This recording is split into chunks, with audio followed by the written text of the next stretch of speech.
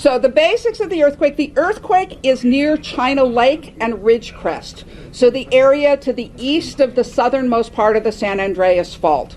The nearest fault is the Little Lake Fault, and that it might be associated with it, but we don't know. It's a sparsely inhabited area, so the number of people who would have received damage is much lower. I think we need to check what's happening in Ridgecrest and China Lake. Many people out in the LA Basin would have felt that rolling shaking, whereas up here in the mountains, people didn't feel it as strongly. So we're going to have, even in the LA area, we'll have disparity in terms of the reports of the shaking. One should always be preparing for a big one.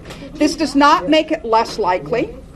There is about a 1 in 20 chance that this location will be having an even bigger earthquake within the next few days, that we have not yet seen the biggest earthquake of the sequence.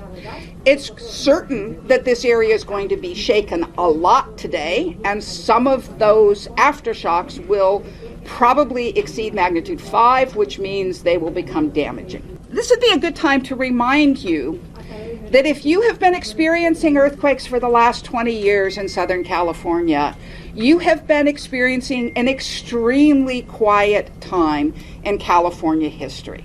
The last time we had an earthquake in Southern California above magnitude 6 was 1999. The previous decade had about 8 magnitude 6s. So this has been an extremely quiet, abnormal time. This type of earthquake is much more normal.